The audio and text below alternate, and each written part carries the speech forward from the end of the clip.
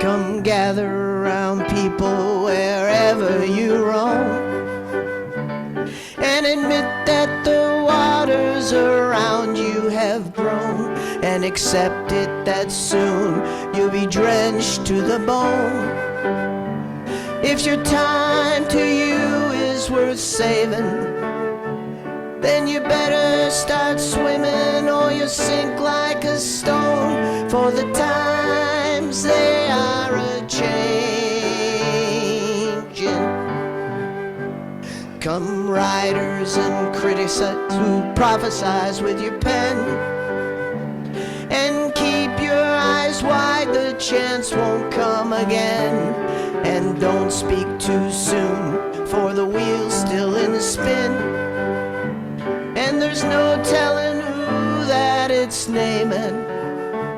For the loser now will be later to win, for the times they are a-changing. Come senators, congressmen, please heed the call. Don't stand in the doorway, don't block up the hall, for he that gets hurt will be he who has stalled. There's a battle outside and it's raging. It'll soon shake your windows and rattle your walls, for the times they are a-changing. Come mothers and fathers who throughout the land, and don't criticize what you don't understand. Your sons and your daughters are beyond your command. Your old road is rapidly aging. Please dirt out the new one if you can't lend a hand, for the times they are a-changing. The line it is drawn, the curse it is cast.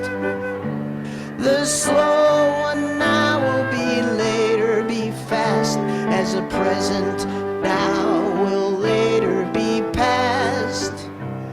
The order is rapidly fading, for the first one now will be later be last, for the times they are a-changing.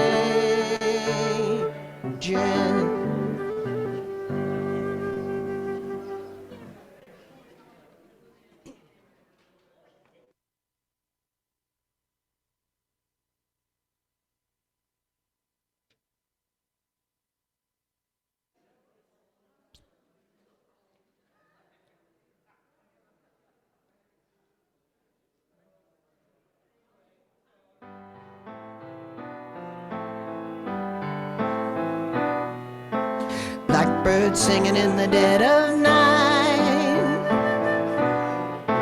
Take these broken wings and learn to fly. All your life you've been only waiting for this moment to arrive. Blackbird singing in the dead of night. Take these sunken eyes and learn to see. All your life you've been only waiting for this moment to be free. Blackbird fly, blackbird fly, into the light in the dark black night.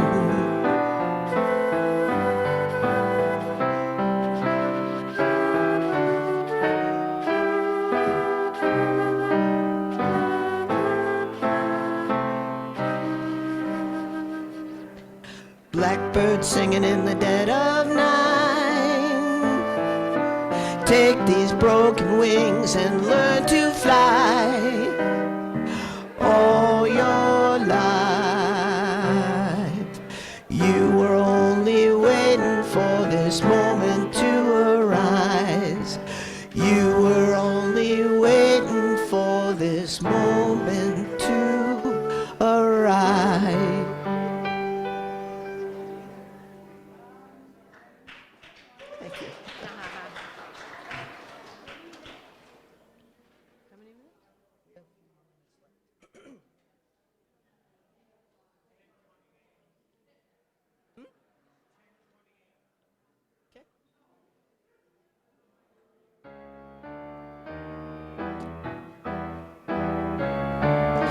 I ain't afraid of your Yahweh. I ain't afraid of your Jesus. I ain't afraid of your Saint. I'm afraid of what you do in the name of your God. I ain't afraid of your churches. I ain't afraid of your temples. I ain't afraid of your praying. I'm afraid of what you do in the name of your God. Rise up to a higher power, free up, for the fear it will devour you. Watch out for the eagle of the hour, the ones who will know you, the ones who will impose it on you. I ain't afraid of your Bible. I ain't afraid of your Torah. I ain't afraid of your Koran. Let the letter of the Lord obscure the spirit of your love. I ain't afraid of your Yahweh. I ain't afraid of your Allah. I ain't afraid of your Jesus. I'm afraid of what you do in the name of your God. I ain't afraid of your churches. I ain't afraid of your temples. I ain't afraid of your praying. I'm afraid of what you do in the name of your God. Rise up to the higher story, free up from the gods of war and glory. Watch out for the threat of purgatory. The spirit of the wind will make a killing off of sin and Satan. I ain't afraid of your Bible. I ain't afraid of your Torah. I ain't afraid of your Koran. Let letter of the Lord obscure the spirit of your love. I ain't afraid of your Yahweh. I ain't afraid of your Allah. I ain't afraid of your Jesus. I'm afraid of what you do in the name of your God. I ain't afraid of your churches. I ain't afraid of your temples. I ain't afraid of your praying. I'm afraid of what you do in the name of your God.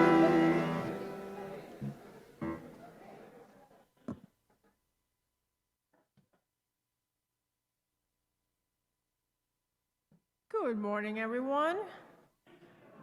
On this beautiful and great cold day.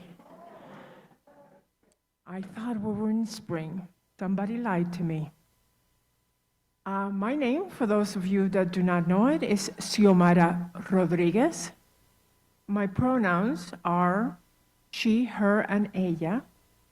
I am honored to serve today as your worship associate. We welcome you this morning to the Unitarian Universalist Fellowship of Northern Nevada, where it is in love, faith, justice, and joy. I would like to remind all that we are meeting on the ancestral lands of the Paiute, Shoshone, and Washoe tribes, and we have to be mindful of our profound debt to our brothers and sisters, indigenous brothers and sisters. I want today to remember the words of Maya Angelou. Nothing can dim the light which shines from within. Or maybe Eleanor Roosevelt, who said, you gain strength, courage, and confidence by every experience in which you really stop to look fear in the face. With these words in mind, I would like to welcome everyone here today. No matter where you are, if you're here in the sanctuary or you're on Zoom land, hi Zoom, but you're really welcome here, everyone. You're welcome here regardless of your age, your identity, your economic circumstances, your immigration status, your sexual orientation, or gender ID.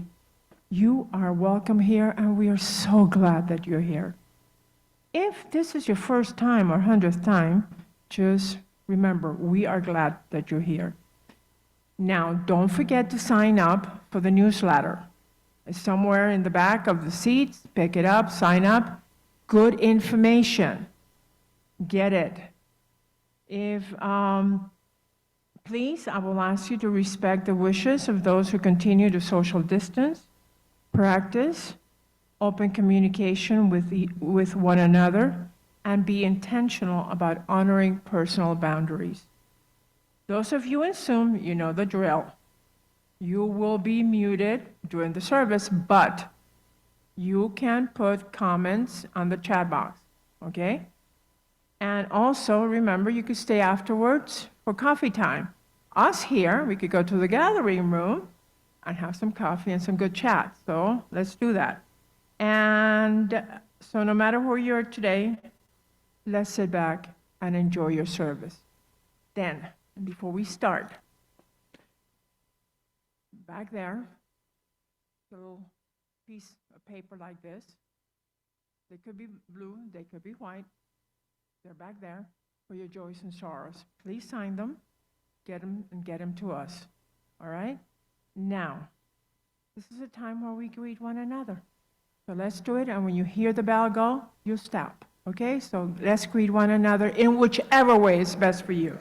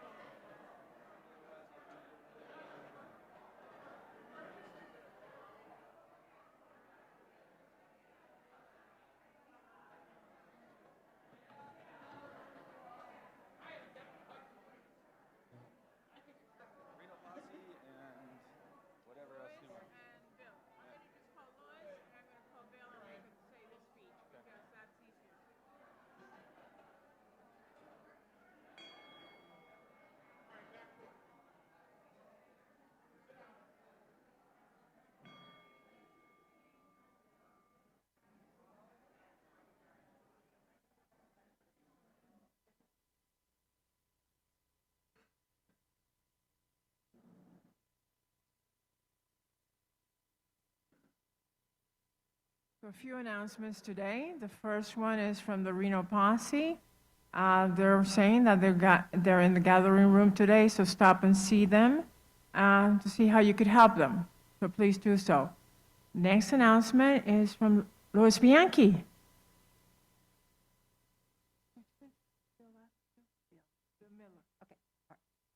Okay, first of all, I want you to know that Dave and I are part of the 65th History Group, and there's quite a few of us, Sandy Young and now see, I'm not going to remember names since I'm right here.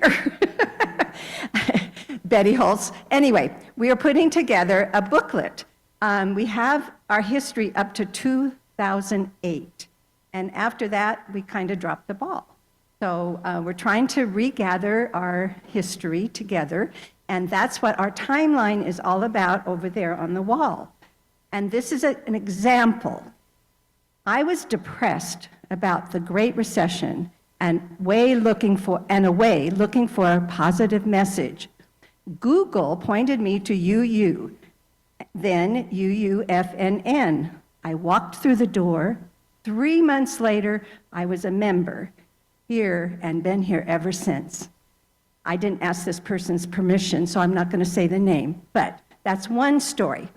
What we want, too, are fun stories, things that you've done here in the last however many years you've been here. Have you been camping, UU camping? Let's tell a story about that. What did you think of our UU auctions years ago? What happened? What did you buy? What are some of the celebrations that you've experienced here at UU? And our artisan days, that was a fabulous time. Who remembers that? Please write a story. Please write it and put it on our timeline. And then I remember a lot of our Christmas times too, when we bought gifts for families. So those are kinds of stories that we would like you to tell. Now you can either write it out and put it on our timeline, or you can go online and write a story, and there is a website to go to for that. But if that bothers you, you can write your story and hand it to me someday, because we'll take all the stories in any way we can. Our timeline is going to be here until the end of, I think we said April, and so we want you to really start thinking about it and putting your stories on it, okay? Thank you.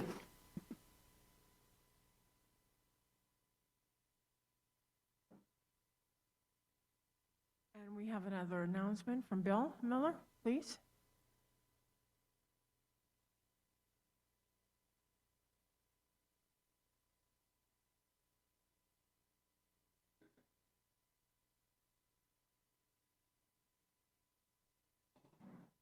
Good morning.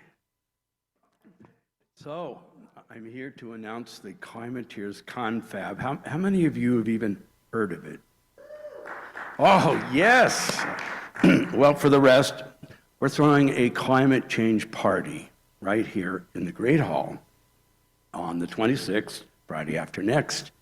And we're going to have the three main climate groups are going to be here speaking. We're going to have a little social hour with Karen Frank's vegan rolls and beverages, and then we'll have the program and an opportunity to meet and mingle with the people who are active, along with the mayor, who said she's going to be here, and Alexis Hill, who's the county chair, promised to be in attendance, so you can buttonhole them. Going to be a great party, $5 whole to get in, and it's a donation. So y'all come. I missed anything? Any questions? Friday, 26th, starting at 5. That'll be the social hour, and then the program starts at 6. And we'll have nummies. All right, then.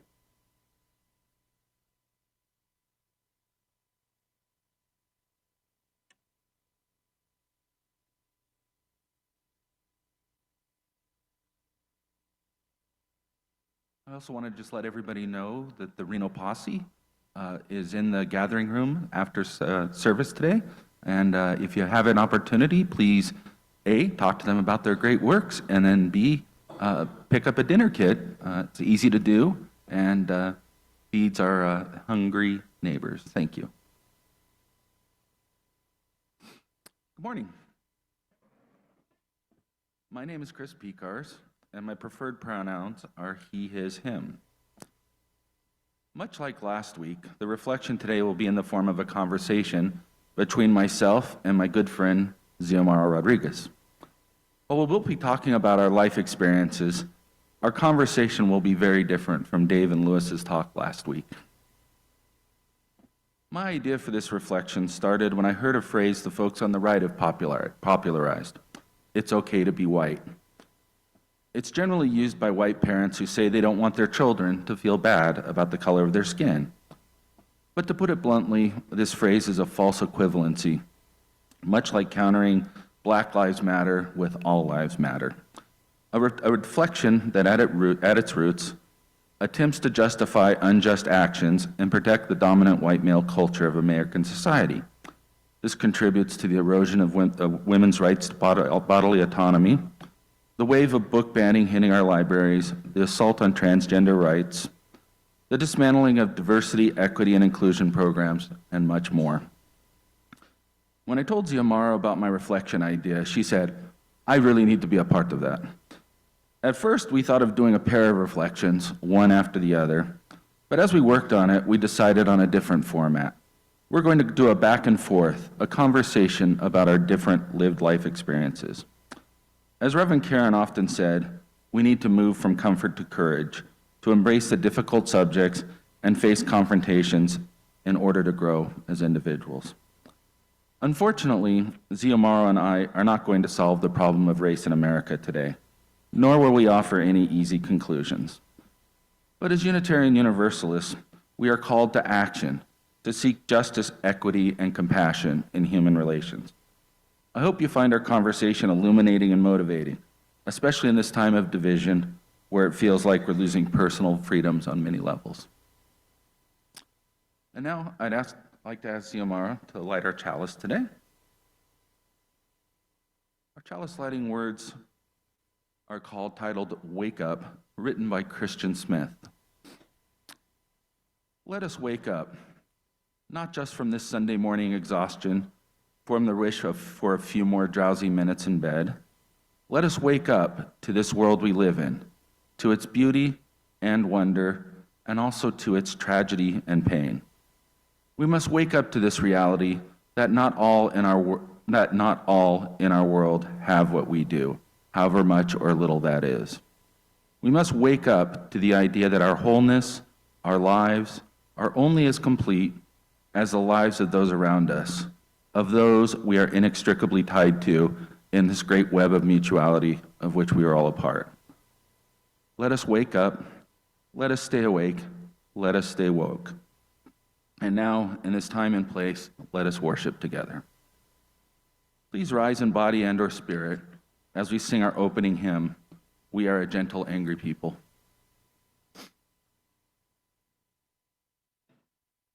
We are gentle angry people, and we are singing for our lives. We are gentle angry people, and we are singing for our lives. We are justice seeking people, and we are singing for our lives. We are justice seeking people, and we are singing for our lives. We are young and old together, and we are singing for our lives. We are young and old together, and we are singing for our lives. We are land of many colors, and we are singing for our lives. We are land of many colors, and we are singing for our lives.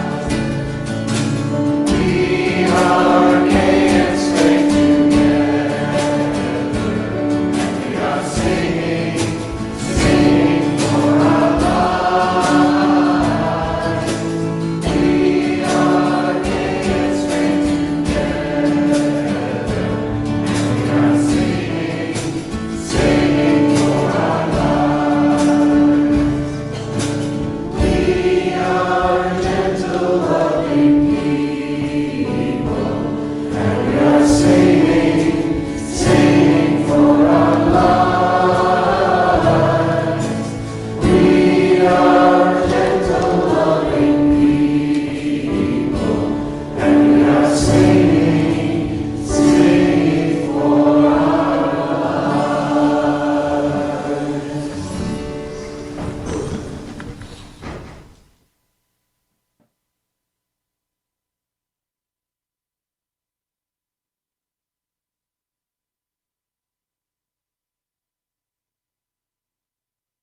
Today's choice comes from Reverend David Britton. We gather into the circle. We gather into the circle of care, to dream, to envision, to embody and to achieve the compassion we dream, the justice we envision the dignity of each in an ever-growing circle of love and justice. Let's take just a couple of seconds and enjoy meditation for joys and sorrows.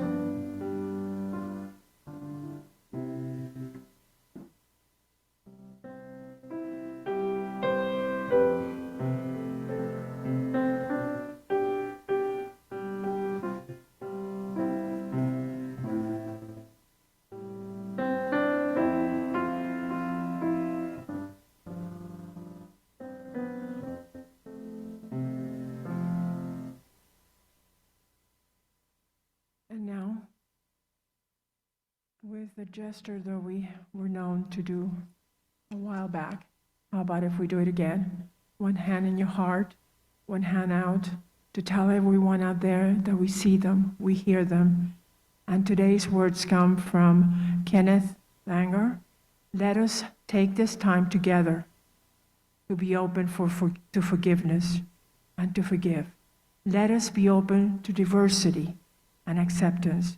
Let us be open to expressions and be understood. Let us be open to compassion and love. Let us be open to awareness and be known. Let us be open to sharing, to exchange, to possibilities and awakening, and be hopeful. Let us be open to gratitude. And blessed be, Amen and Namaste.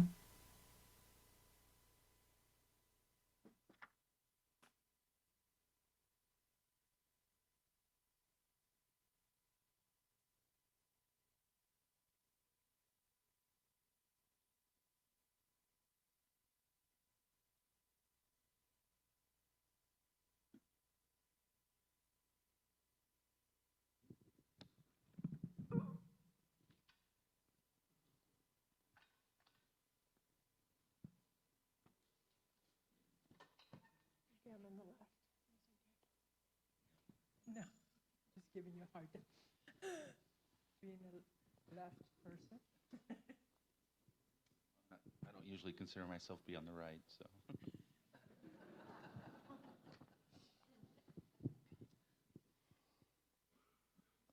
As I mentioned, the idea for this service started with a seemingly simple phrase, it's okay to be white. On some basic level, I agree with that. I'm white. I present as male. I didn't pick or choose either of those things.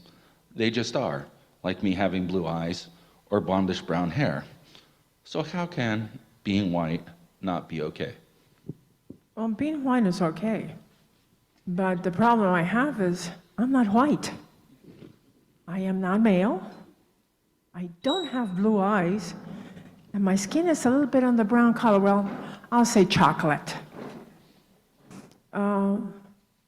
You have to remember, Chris, that when this country was created, it wasn't created for people like me. It was created for people like you. And that's something we have to consider, is our history. That's how we became a country. People like you. People like me came later, and we still have problems being accepted for who we are and what we are. So, go on. I'm a native son of Reno, and I spent most of my 58 years physically within its borders. When I was just a kid, casual racism was pretty common. When we counted eeny, meeny, miny, mo, we didn't catch a tiger by the toe. And we used to call Brazil nuts using a racial slur that I don't want to repeat here. Jokes insulting people of color were regularly thrown around by adults at parties and parroted by us kids. What I find ironic, thinking about this today, is at the time, Reno was pretty much as white as you could imagine. The 1970 census found that just 2.5% of the population of Reno consisted of people of color.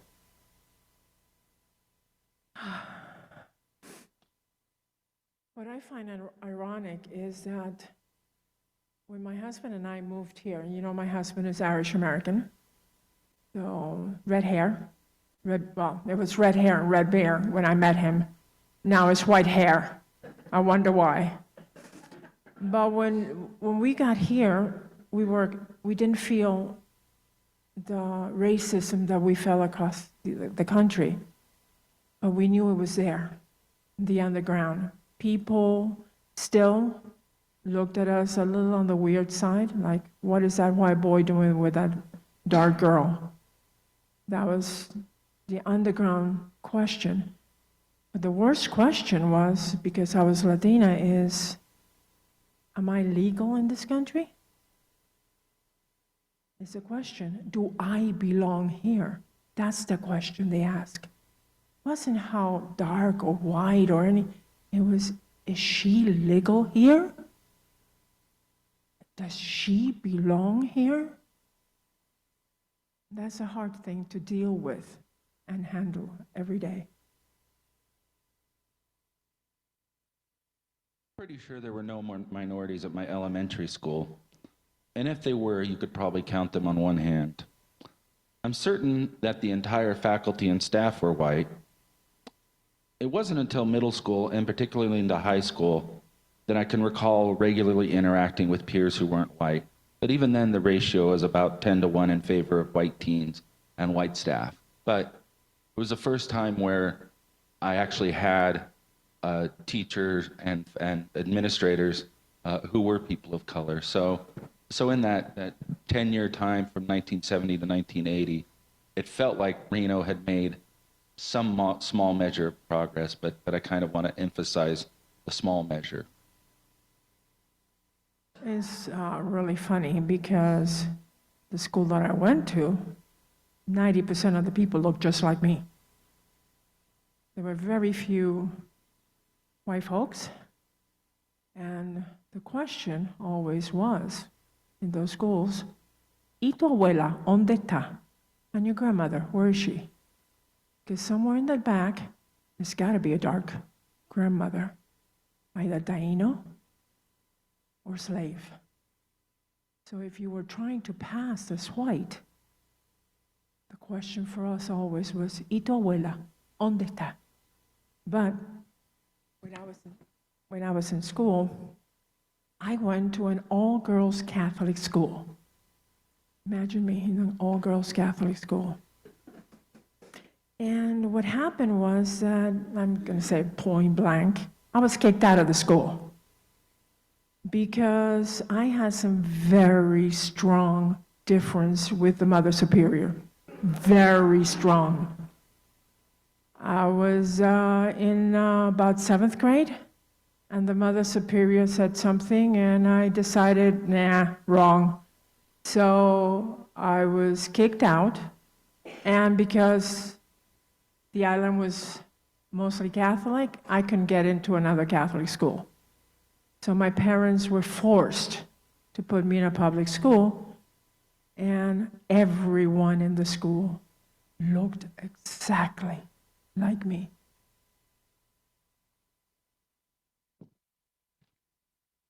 When I was a teen, I was in the backseat of a car as we were cruising Virginia Street, what we did back then.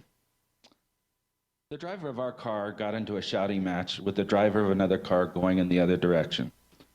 Quite unexpectedly and unknown to the rest of us, our driver pulled a gun on the other guy. Even more unexpectedly, the other guy hopped out of his car and sprinted to a nearby alley where a police cruiser was sitting. Knowing it was time to bounce, we cut off Virginia Street, but we didn't realize we couldn't outrun radio, and it was only about 2 blocks before a police car caught us and pulled us over. We were all rousted out of the car, our IDs were checked, the car searched, and the gun produced. But after only about a 20-minute lecture about being stupid, the cops told us to get off the streets and not come back that night. At no time were we frisked, we were not handcuffed, and the cops even returned the gun to my friend, as if a teenager packing heat on Saturday night was the most normal thing in the world. I can only imagine how that situation would have turned out differently if we had not been white.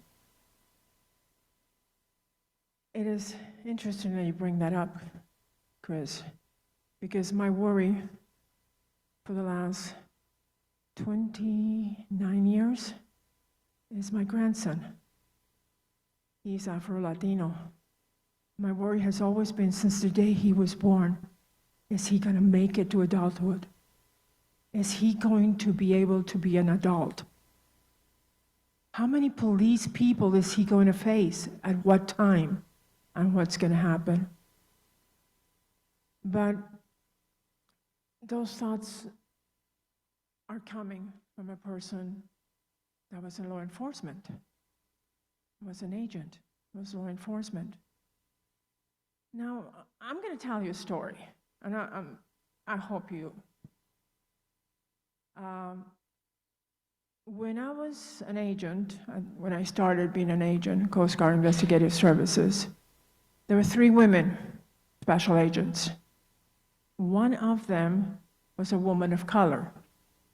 Guess who? I was at the DC office, and the other 2 women were somewhere else in the United States. They were white, I wasn't. And we got invited to a Women in Law Enforcement conference. So we were all excited.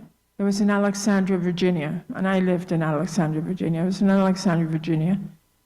We went to dinner. We had a good time, the 3 of us.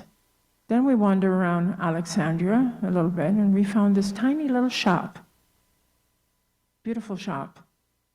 And we went in. And it was cool. I had all kinds of cool stuff. And one of my friends found this stand with little books. And she was looking at them, and she said, Xiomara, well, she called me Sio, not Xiomara. Sio, come here, come here. I went over, and she showed me, and we were looking at it, and she walked away, and she left me there, looking at them, and they had some really cool thoughts and ideas. And I put the books back, and it was time to go. And when we were about ready to go, or just to the door, the owner came out and told me, point blank, pay for the book, or I will call the cops on you. And I was standing there and saying, I'm a cop. I am a cop. What do you mean you're going to call the cops on me? He said, pay for the book, or I will call the cops. I don't have the book. My purse was open. There was a gun inside of it. Didn't make it easy. And my purse was searched. My pockets were searched. My coat pocket was searched. There was nothing there. So as I was about to leave, I paid the man the $5 for a book I did not have. And I left with my, at the time, so-called friends. These were the people, 2 women, that in a moment of an emergency, I needed for them to keep my 6. They couldn't keep my 6 in the store. It worried me if they could keep my 6 out there in the field. So that was my encounter with a gun, one time of the many times. Wanted me to remind you why you go by Zio. Ah, yes. My name is Xiomara. And my family made it very diminutive because that's normal what we do. They call me many small things. But when I got to the United States, my real name, that's in my passport, is Xiomara Rodriguez Vasquez. That's my full birth name. But when I got to the United States, the Coast Guard could not pronounce Xiomara. They had problems. So they decided to cut my name. And my name was cut to CO, like commanding officer. But that brought me even more problems because I was enlisted, I was not a commanding officer. When I became an agent, they had problems, so they called me X10. And for many years, I was known as X10. What hurt me the most was the fact that my family ended up calling me CO, and my close friends ended up calling me CO, because that's what everybody around me called me, with the exception of my natural father and my stepfather, that still, until the day they both passed, call me my diminutive names, and I'm not going to tell you what they are. In the early 90s, there was a gang scare in Reno. More specifically, the perception was that Mexican gangs were taking over our streets.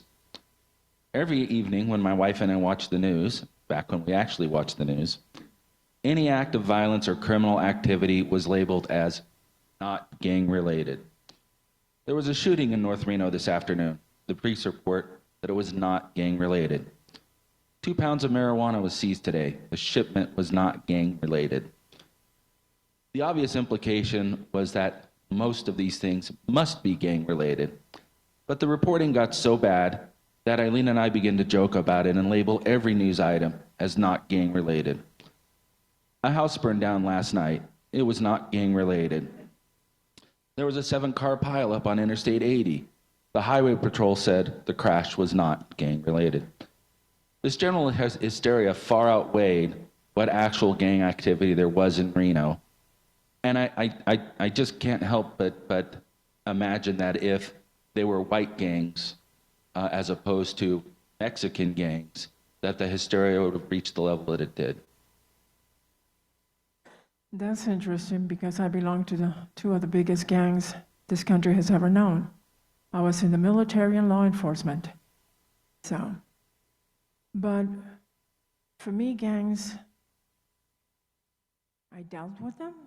But one of my biggest worries when we moved to New York City and our oldest daughter was going to high school, we dragged her out of Florida where she was having fun and took her to New York City. And she had to take 2 ferries. One ferry from Governor's Island to Manhattan and a ferry from Manhattan to Staten Island. And she went to school there. So my worry was that she probably had to join a gang to be able to feel protected and safe in New York City, especially in Staten Island. All her life, up to that point, she had been very protected because of the work we did. But then all of a sudden, we were in New York City. I am grateful that she did not belong to a gang. I am grateful that she finished high school and graduated high school without getting into any kind of trouble. Well, being my daughter, any major really problems. She graduated, and we were able to get her out of there to Virginia, to my brother, to be a little bit safer than New York City.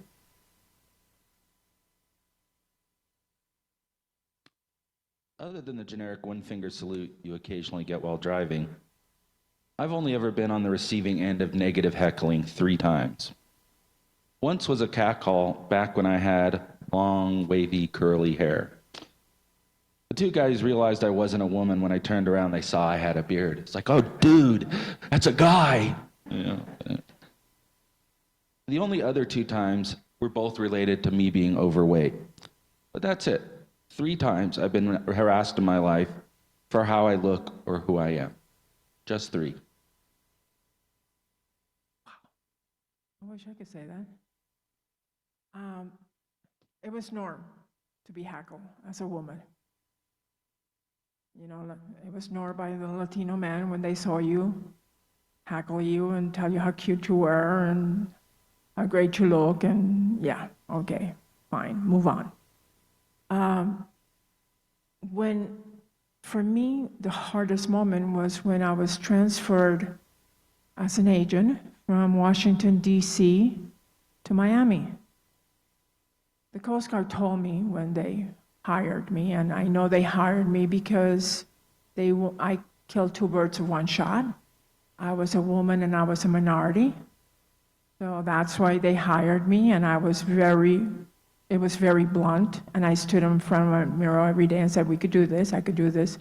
But I was transferred from DC to Miami because most of the people there still speak Spanish. And they told me, you're gonna go to Spanish-speaking areas. Speak the language, you'll do it. We went. It was an interesting time. Some other day I'll tell you a story about it. But my partner was a white guy. that was married. The office had 8 agents, all male, all white. I was the only female, and I was not white. And you know, if you look at the movies, how they portray us Latino women, you all know, you have seen it in the movies.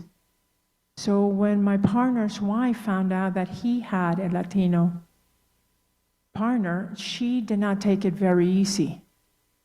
So I had to invite her for coffee and tell her, number one, I don't like your husband.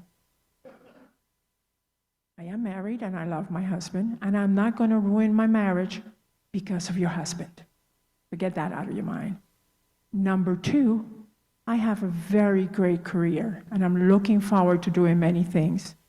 So I am not going to ruin my career because of your husband.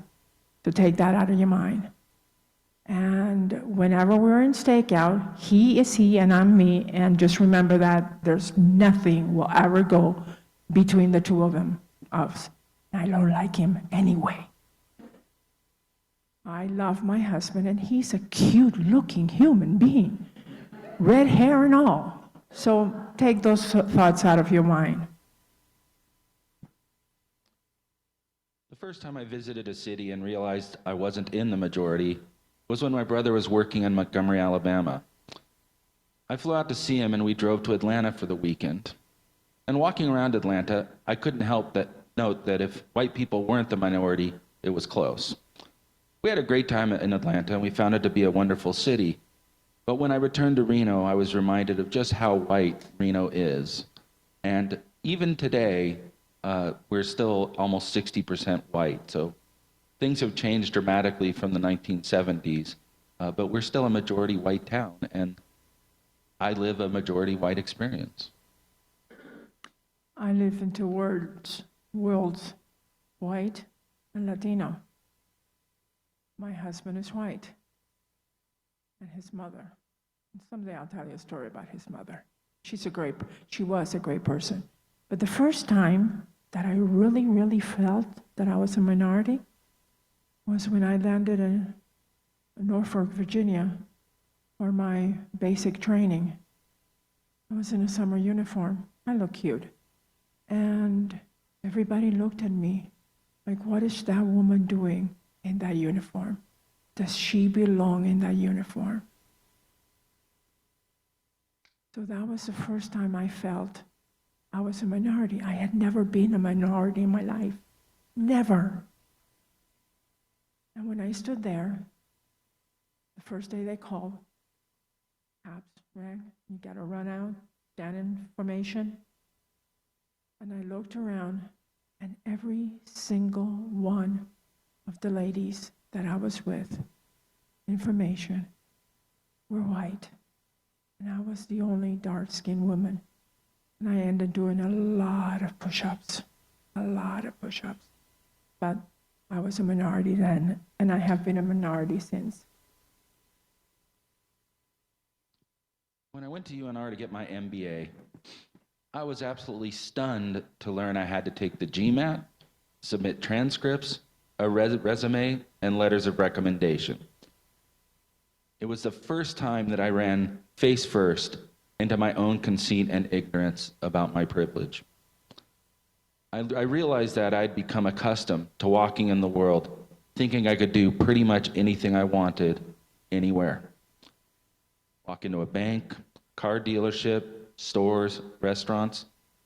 None of these places excluded me, and in fact, the opposite. I was welcome and catered to. And I'm certain today, if I leave here, I could go home and put on my grungiest work clothes and walk onto a BMW or a Mercedes lot, and I will have salespeople fighting for my attention with the expectation that I wouldn't be on that lot if I couldn't afford to buy one of those cars, regardless of what my appearance was. It's interesting because my mother came to the United States in her 60s. She was a registered nurse, and then she got her bachelor's or master's in nursing. She was born, raised, and everything from the University of Puerto Rico. We are a territory of the United States, as far as I check, right? When she came to the United States, she was told that she had to revalidate her licenses because her licenses were not accepted in the United States. They were considered at the same stage, and I'm sorry to say this, as the Filipinos coming in. She had to validate her license. To be able to have the money to validate her license, my mother, with a master's degree in nursing, had to learn to wait tables, and clean toilets to be able to get her license, to be able to be a registered nurse in the United States. I am now perpetually aware that I live within a bubble of privilege, particularly white male privilege. I was born into it. I've been protected by it, especially when I was a stupid teenager, and I continue to benefit from it today. I'm not proud that this is the world I live in, and I don't deserve any congratulations for the fact that I'm now aware of it. But the biggest lesson I've learned is that the most important tool I have to help reconfigure our society are my ears. I need to listen to the stories and hear the lives of those who are on the opposite side of the privileges I have inherited.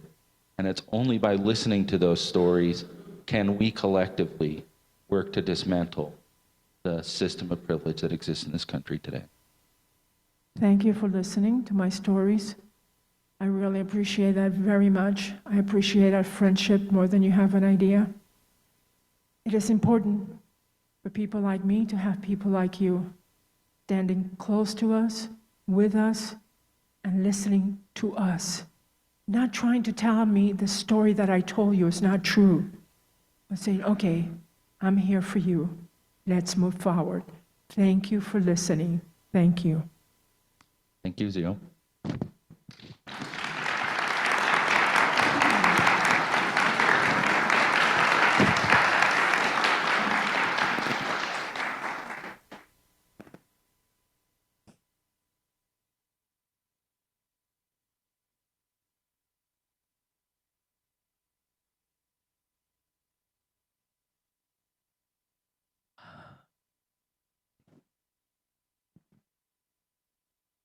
Let me get my bearings for a second.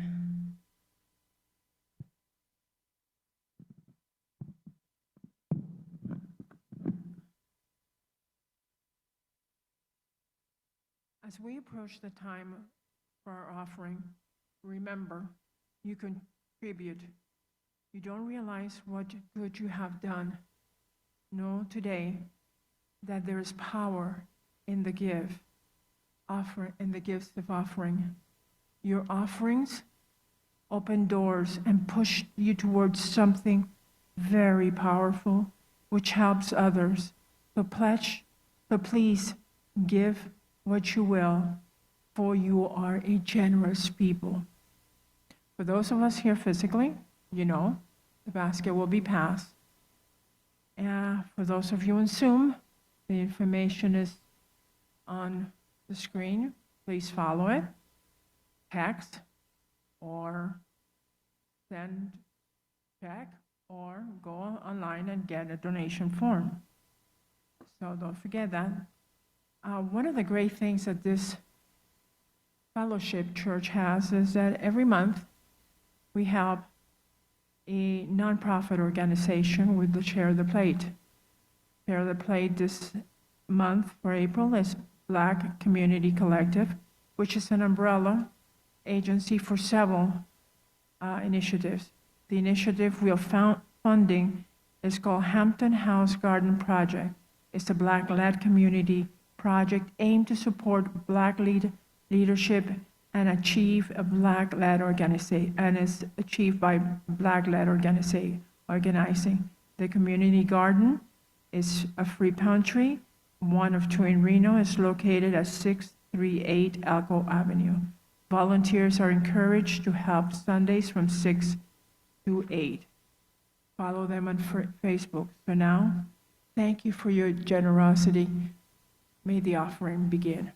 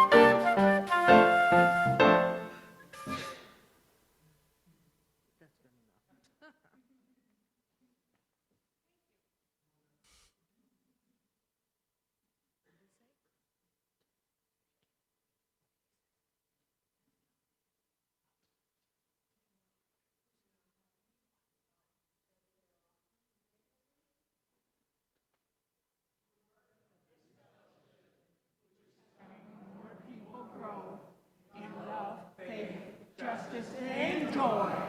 We dedicate ourselves, and these are our offerings.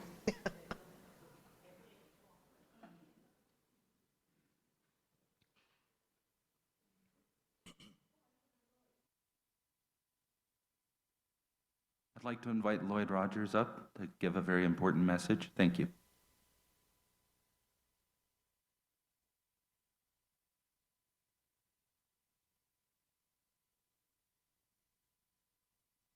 Morning.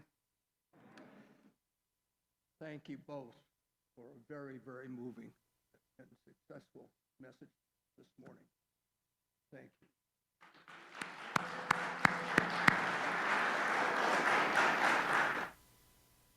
As many of us know, we successfully concluded our capital campaign this last fall to replace the HVAC system. Many thanks to all of us who generously contributed to that effort. The work, I think, will commence this month. Is that correct? Yeah. But as I'm sure many of you also know, we are facing another sobering financial situation at the moment. Two worrisome issues have arisen around our annual giving. First, we are substantially behind this fiscal year pledge payments, which end this year at June 30th. If this trend continues, we will fall between $40,000 and $45,000 short at fiscal year end. They're substantially reducing our cash balance. Therefore, we need to all review our current pledge payments for the year and, if possible, complete our personal pledge goals by June 30th. We do realize that every year a few of our wonderful supporters face a situation wherein that this just can't be done. If so, please send a confidential email to our treasurer at treasurer@uufnn.org with an update on what your current situation is and where it'll end up. And obviously, overpayments of any current year pledge are deeply appreciated. Equally troubling is the current state of our pledge drive for the next fiscal year, which starts on July 1st. The drive was scheduled to end on March 15th, but as of this week, we are roughly $80,000 short of our original 2024-25 budget for pledges. At this rate, it is almost certain that we will not be in a financial position to hire a contract minister for the upcoming church year, and will therefore need to hold services with some combination of lay homilies, of which we have several experts, by the way, and a guest speaker. The board and the finance committee will, of course, continue to refine the budget as we go forward and plan, and regular updates will continue to be provided. So we ask that if you haven't made your pledge yet for the upcoming year, please do so at once.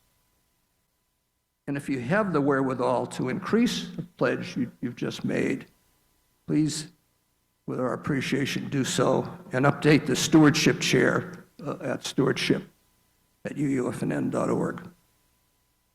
We must finalize our budget soon to enable the details of our planning process to commence. On a positive note, we are very fortunate to have such a group of talented staff members: Nathan, Carol, the worship associates, Dr. G, our new enthusiastic and wonderful music director, and involved committee members and volunteers that have already and always step up to help. So let's all join in with new financial support and volunteer participation. Thank you very much. And as always, we are honored and grateful for you being an important member in the life of justice seeking and affirmation of all within our fellowship. Thank you.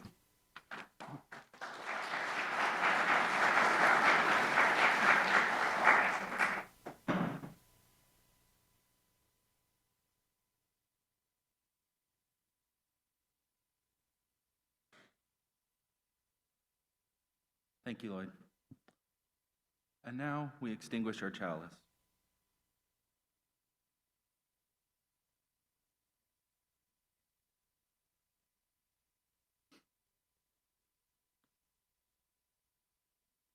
As I mentioned at the start of this service, we as Unitarian Universalists are called to action to seek justice, equity, and compassion in human relations, to do the work of creating a world community with peace, liberty, and justice for all. A large part of that work is dismantling the culture of privilege in all its forms. And the beginning of that work is awareness, the recognition that privilege exists and whether or not you benefit from it. And if you do benefit, that means somebody else does not. The moral choice is clear, but this particular path is made more difficult because privilege is deeply ingrained in our society and it's all around us. But just because a task is difficult doesn't mean it should be accepted or ignored. It simply means we must work all that much harder to prevail. And now, rise in body or spirit, and join me in singing our closing hymn, My Life Flows On in Endless Song.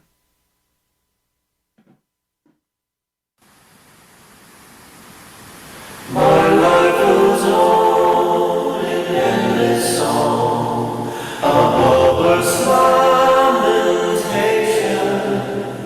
I hear the real, though far off hymn that hails a new creation.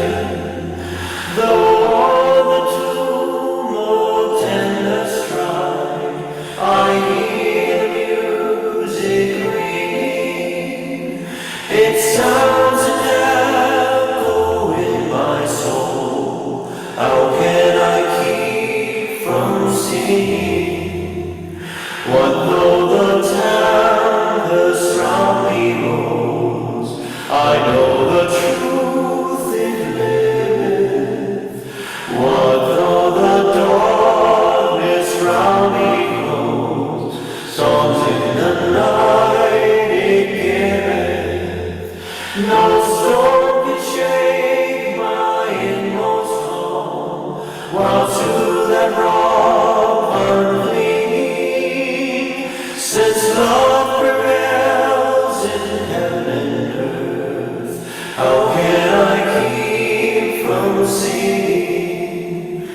While tyrants tremble as they hear the bells of freedom ringing. When friends rejoice both far and near, how can I keep from singing?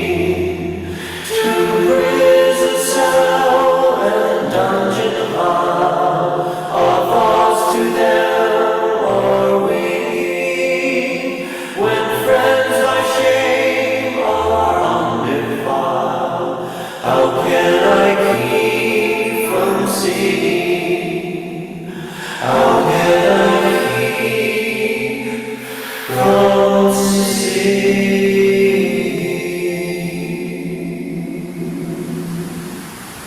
Remain standing for our benediction. If you're comfortable, feel free to join hands with those around you. And if you're not comfortable with holding hands, simply cross your hands over your heart, like so. Thank you all for joining us in this sacred space of reflection. Please share your own life experiences in conversation if you're on Zoom in the virtual coffee hour, or here in our sanctuary or in the gathering room. Go in peace, go in love, do good works in the world. Namaste, and thank you.